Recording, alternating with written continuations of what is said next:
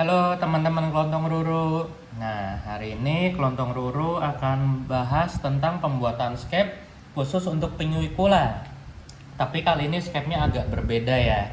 Nah, biasanya untuk scape penyu ikula itu menggunakan bebatuan. Kalau di forum-forum luar negeri atau bule-bule itu biasanya mereka suka pakai bebatuan tufa karena sifatnya sangat menyerap air dan juga dari warnanya yang rada kuning itu pH-nya relatif asam ya. Nah, nggak asam banget tapi lebih rendah lah, nggak terlalu alkali atau basa dibandingkan dengan bebatuan lain. Kalau di Indonesia kita biasanya pakainya lava rock atau pumice. Nah, tapi kalau pumice sendiri Kelontong Ruru itu nggak sukanya, itu suka ditumbuhin lumut-lumut batu yang seperti ini. Nah, lumut batu seperti ini tuh kadang jenisnya ada yang luarnya aja waterproof, jadi kurang bagus kalau untuk perakarannya penyu ikula. Nah, jadi ini mumpung Kelontong Ruru lagi dapat banyak bahan bagus dari Om Ari sama ini dari maestronya Vivarium sama Dark Frog di Indonesia ya. Ini dapat batu yang unik. Kenapa sih Kelontong Ruru pilih batu ini? Bisa kita lihat bentuknya bagus ya, artsy banget. Kemudian juga dari Kelontong Ruru lihat ini banyak guratan silikanya. Ini yang kristal putih bening kayak gini ini biasanya silika. Nah, kenapa silika itu seperti yang kita tahu kan juga sahabat dekat media tanam Tavor ya, terutama untuk Drosera dari Australia atau juga untuk nepe-nepe yang hidup di tanah bersilika biasanya di habitat kerangas. Nah, selain mengandung banyak silika, juga banyak cekungan. Ini bagus untuk nanti kita taruh media pingunya. Kemudian juga dari warna batunya yang rada kuning seperti ini menandakan biasanya ada kandungan bahan organiknya, organik matter atau humiknya. Seperti yang kita tahu, bahan organik atau humik ini biasanya sifatnya menurunkan pH. Jadi nanti pH-nya akan relatif sedikit lebih asam, jadi bisa juga untuk langsung pertumbuhan sphagnum moss-nya. Nah, biasanya kita pakai cerukan-cerukan gininya untuk diisi media. Nah, media untuk pingu itu kalau kita taruh di batu, mungkin kalau batunya yang sifat penyerapan airnya bagus, itu bisa kita langsung taruh aja, atau kita pakai peat moss dicampur dengan vermiculite, atau juga bisa juga langsung dengan sphagnum moss kering seperti ini. Nah, tapi kalau dari pengalaman Kelontong Ruru miara penyu ikula, itu justru yang paling bagus adalah sphagnum moss hidup. Bahkan Kelontong Ruru pun miara penyu ikula di outdoor udah 2 tahun lebih, semuanya sehat, itu juga menggunakan media snow moss ini atau ice moss. Nah, sekarang kita bahas dulu nih, kenapa apa sih ice moss atau sphagnum moss hidup yang kita pakai di sini. Nah, sekalian kita bahas info sedikit ya tentang sphagnum moss. Seperti yang kita lihat, ini semuanya itu satu jenis sphagnum moss yang biasanya kita kenal sebagai ice moss di Indonesia yang berasal dari Sumatera. Nah, seperti yang teman lihat, ini adalah sphagnum moss ice moss dari Sumatera, dari rawatan outdoor. Bentuknya seperti di habitat banget ya. Nanti mereka akan kelampi seperti ini dan bisa membentuk tirai-tirai sampai jatuh ke bawah. Ini rawatan outdoor dengan kelembapan yang bagus. Nah, kemudian ini adalah ice moss rawatan indoor. Bisa kita lihat ya, bentuknya itu ada bedanya. Kalau yang rawatan outdoor sesuai habitat itu biasanya bentuknya akan kelampi dan melebar ke samping. Tapi untuk rawatan indoor dengan grow light, tuh kelihatan bedanya. Dia akan lebih berbentuk roset, bentuk satu bud gitu, dan juga biasanya petalnya akan menunjukkan respon terhadap cahaya grow light. Warnanya jadi rada coklat ya. Ini kalau dingin mungkin bisa lebih merah lagi warnanya. Nah, kalau ini karena keseringan Kelontong Ruru cabutin, jadi ini banyak sel yang mati sama jaringannya udah kering ya. Seperti yang bisa kita lihat nih, sphagnum moss hidup yang seperti ini menandakan jaringannya udah rusak karena mungkin sempat kekeringan, kita lupa nyiram atau kelembapannya kurang bagus ya. Tapi ini semuanya satu jenis, dan bahkan ini pun juga adalah jenis ice moss. Tapi kenapa bentuknya cakadut kayak gini? Ini ice moss yang hidupnya nempel di air. Jadi kalau dari pengalaman pribadi Kelontong Ruru miara jenis ice moss ini, mereka punya banyak form, tergantung gimana cara kita miaranya. Apakah indoor dengan grow light, outdoor dengan misting dan paranet dengan full sun, ataukah di bawah air seperti ini kayak aquatic moss ya. Jadi bentuknya bisa kayak whipping moss atau java moss. Mungkin anak-anak aquascape pasti tahu. Nah, seperti yang kita lihat nih contoh ya. Ini Pinguicula yang baru datang hadiah dari Om Ari. Nah, ini yang udah rawatan lama. Bisa dilihat ya betapa sehatnya Pinguicula ini di sphagnum moss. Kita bandingkan embunnya. Ini baru datang. Tuh, kelihatan banget kilau embunnya ya. Ini juga layernya warnanya keluar, embunnya juga keluar ya. Padahal ini cuman kita tempel gitu aja di sphagnum moss hidup. Nah, sekarang pemilihannya untuk media kelontong ruru tentunya pakai sphagnum moss hidup. Nah, gimana sih caranya? Tentu kita isi cerukan-cerukannya. Dan kenapa kelontong ruru pakai ice moss yang jenis aquatic, maksudnya form aquatic ini? Karena dia akan lebih basah. Jadi nantinya dalam proses adaptasi perakaran pingu, dia akan bisa lebih cepat mendorong stimulasi akarnya ya, karena lebih basah.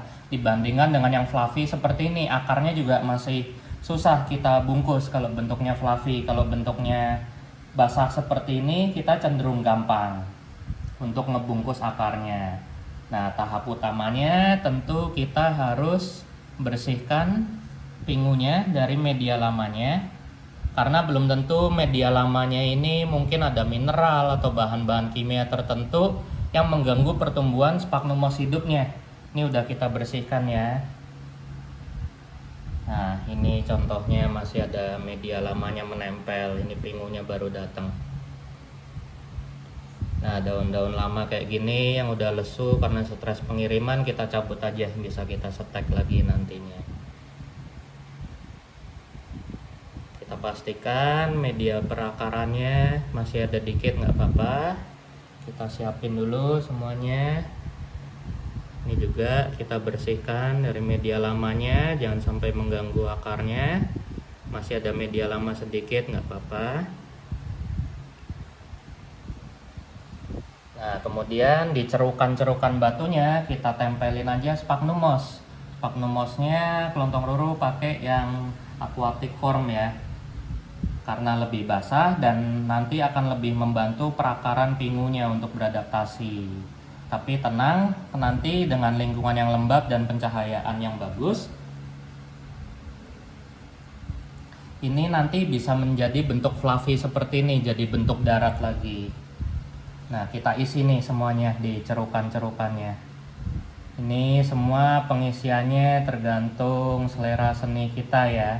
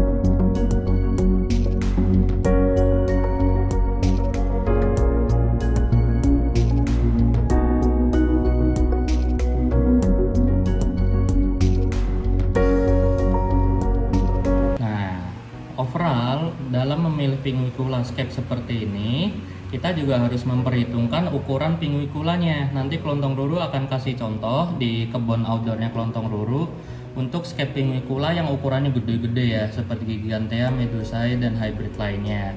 Tapi untuk ini karena batunya relatif kecil dan untuk indoor di ruangan ber-AC, Kelontong Ruru memilih pingu yang berukuran kecil. Nah, sekarang kita bahas satu persatu nih jenis-jenisnya. Untuk yang seperti panjang seperti ini adalah Pinguicula acnicola ya. Dia relatif nggak terlalu gede nantinya, dan kita harus perhitungkan penempatannya.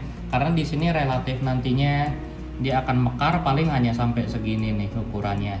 Jadi relatif nggak mengganggu, nggak bertumpuk. Kemudian kita juga harus kasih lihat unsur bebatuannya ya. Jadi biar nggak terlalu kelihatannya lumut aja. Kemudian ini adalah Pinguicula marciano kalau ujungnya lancip seperti ini nih.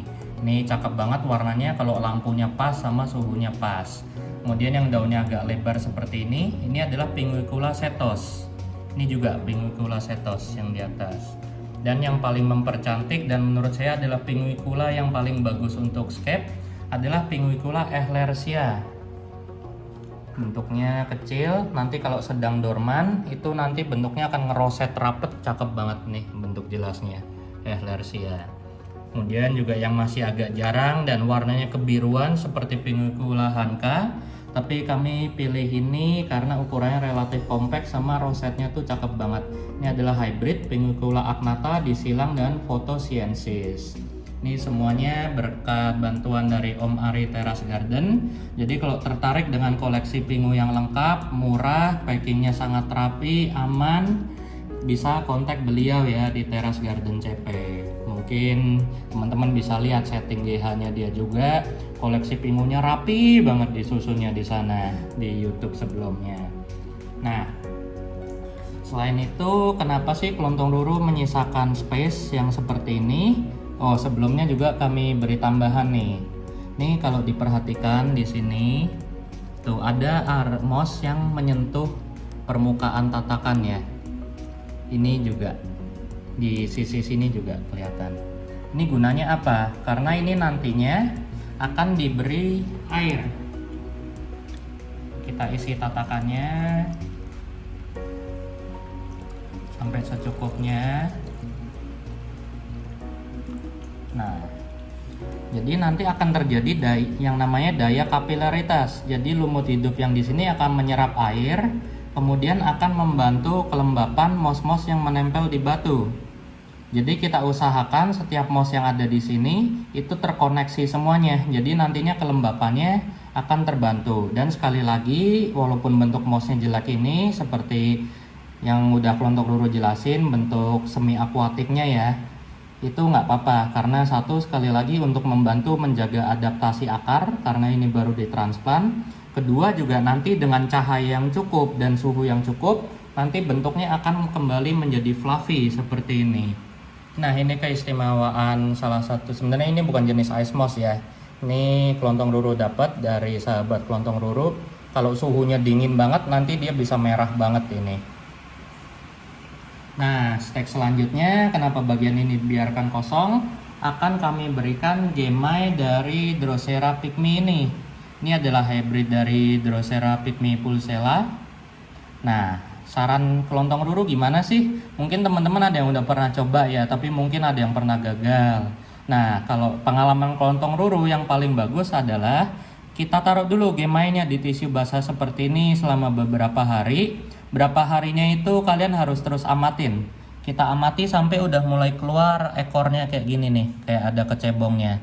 Biasanya kalau udah keluar ekornya kayak gini, ini kita ambil, kita pasang gitu, itu chance untuk tumbuhnya akan jauh lebih berhasil.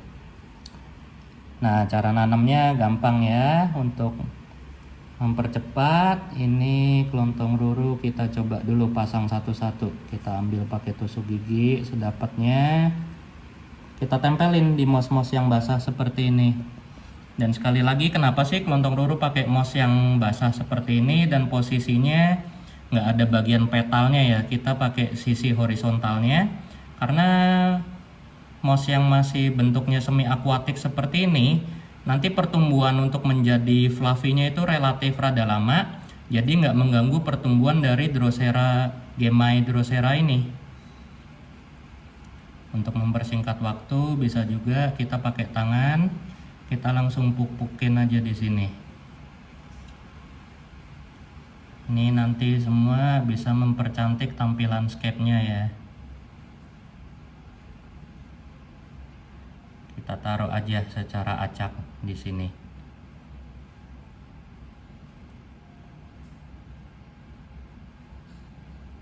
Kita pastikan udah nggak ada gemai yang nempel. Kemudian juga jangan khawatir kalau pakai ice moss yang masih bentuknya semi aquatic seperti ini, karena nanti bentuknya juga akan jadi fluffy ya, seperti yang ada di pot ini. Tuh bentuknya udah fluffy banget dan kelihatan ya. Ini juga menjelaskan bentuk form dari sphagnum moss. Ini adalah sisi yang kena cahaya banget. Ini adalah sisi yang nggak terlalu kena cahaya. Jadi warnanya hijau tua. Tapi ini bukan karena alga ya, dan karena ini di sisi belakang, jadi jarang lupa kita siram tuh, banyak sel yang mati. Tapi ini nggak apa-apa. Nah contohnya gimana sih nanti kalau udah jadi? Ini sekalian sedikit update ya. Bisa kita lihat di sini. Ini adalah scape Cephalotus yang kemarin Kelontong Ruru buat dalam rangka challenge dengan mitra Andaru Agrika. Bisa kita lihat perkembangan Cephalotusnya tuh udah tumbuh daun baru ya, bukan kantong baru. Kemudian juga ini adalah sphagnum moss unik, warnanya coklat, bukan mati tapi dia hidup. Kemudian juga mossnya tuh seperti yang sebelumnya udah mulai fluffy ya, bentuknya udah mulai alami banget, udah mulai nempel. Dan untuk moss-moss highland seperti ini yang membutuhkan dingin, itu cukup wajar kalau bentuknya pertama-tama nggak beres. Tapi bisa kita lihat walaupun kecoklatan tuh udah mulai banyak titik tumbuh baru. Yang ini juga walaupun ada yang mati, tapi nanti pelan-pelan mereka akan terus beradaptasi. Ini udah ada kayak gini. Dan bentuk moss yang seperti ini walaupun terlihat mati atau jelek, tapi kalian bisa lihat di habitat Cephalotus itu juga banyak lumut-lumut yang seperti ini. Kelihatannya mati hidup, tapi ini justru menambah kesan alaminya ya. Kemudian pinguiculanya juga bisa dilihat udah beradaptasi, udah keluar embunnya dengan bagus. Dan di sini nih Kelontong Ruru mau kasih lihat salah satu contoh pengaplikasian dari Gemai Drosera pygmi. Tuh, karena kita pakai sphagnum mossnya sisi badannya yang nanti lama mati, nanti kan mereka hidup dari sisi atas-atas ini. Jadi bagian ini relatif nggak mengganggu atau menutupi pertumbuhan dari Drosera pygmi. Tuh kelihatan ya, merah-merah pink banget tuh. Tuh, ini udah mulai tumbuh. Kemudian bisa kita lihat di batu pun mereka masih mau tumbuh tuh. Ini nggak ada medianya. Kemudian ini juga media alternatif, campuran silika halus dengan peat moss dicampur dengan sedikit pumice halus, tumbuh juga ya. Nah ini kalau berapa lama sudah sebesar ini? Itu dari terakhir berarti berapa? Udah 3 minggu. Cepet loh adaptasinya ya? Karena kita siram hormon juga kan yang waktu itu racikannya. Nah kemudian dalam stres pengiriman pingu pasti ada daun yang rontok juga. Itu nggak apa-apa, kita mesti sedia moss hidup yang banyak. Kita bisa setek kayak gini, kita tancap-tancapin aja asal kayak gini. Nanti mereka bisa tumbuh lagi, walaupun belum tentu chance-nya 100% ya. Tapi tetap kita namanya berusaha, pasti ada yang tumbuh lagi nanti. Ini juga Drosera gramogolensis-nya. Tuh, ciri khas dari tavor seperti Drosera atau pingu kalau udah beradaptasi dan cahayanya bagus, itu mengeluarkan embun seperti ini.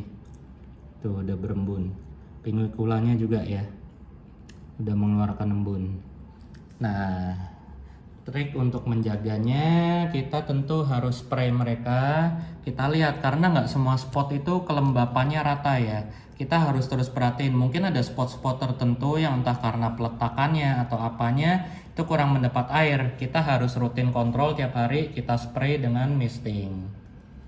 Nah kalau nanti para pinguicula ini sudah mengeluarkan embun-embun perangkap seperti ini, nah kita lihat yang di sini.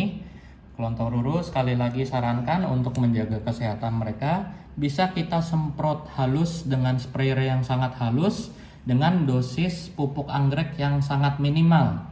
Kita harus pakai pupuk anggrek yang organik ya. Yang paling aman tentunya itu adalah Maxi. Dosisnya juga secukupnya aja, jangan berlebih. Kalau kelontong ruru pakai itu sekitar 1/4 dari dosis yang dianjurkan. Atau mungkin bayangannya kalau kelontong ruru pakai itu gumpalan Maxinya sekitar seujung kuku seperti ini. Kami campurkan dengan 1 liter botol air, kita spray halus. Kemudian sisanya biasanya kami siramkan untuk pemupukan tafor lain. Kemudian juga bisa kita pakai micro pellet, nggak terpaku apapun mereknya. Yang penting micro pelletnya itu yang bagus, ukurannya juga kecil. Bisa kita lihat di sini. Ini mungkin kelontong ruru juga udah sering bikin kontennya ya. Kita pakai micro pellet. Makin bagus mereknya, biasanya itu makin aman ya untuk tafor. Karena biasanya untuk micro pellet yang jelek itu kandungan lemaknya tinggi, dan tafor itu sebenarnya bukan butuh lemak, tapi mereka butuh kandungan chitin dan lain-lainnya untuk menyuplai nitrogen atau fosfor atau lainnya yang mungkin perlu penelitian lebih lanjut ya. Cara pakainya cukup nanti kita taburkan aja secukupnya. Dan sekali lagi, pingu itu sebenarnya adalah tanaman yang cukup bandel ya. Kalau kalian sering baca forum-forum khusus pinguicula, sebenarnya mereka bisa bertahan lama dalam kondisi yang sangat kering. Jadi kalau sampai nanti ada moss yang kita lupa siram, itu mungkin bisa sampai seminggu ya. Dan mereka kondisinya sebenarnya mirip seperti sukulen, karena mereka masih bisa menyimpan kelembapan dalam airnya. Oke, sekian teman-teman. Terima kasih dan selamat mencoba untuk membuat pinguicula scape seperti ini.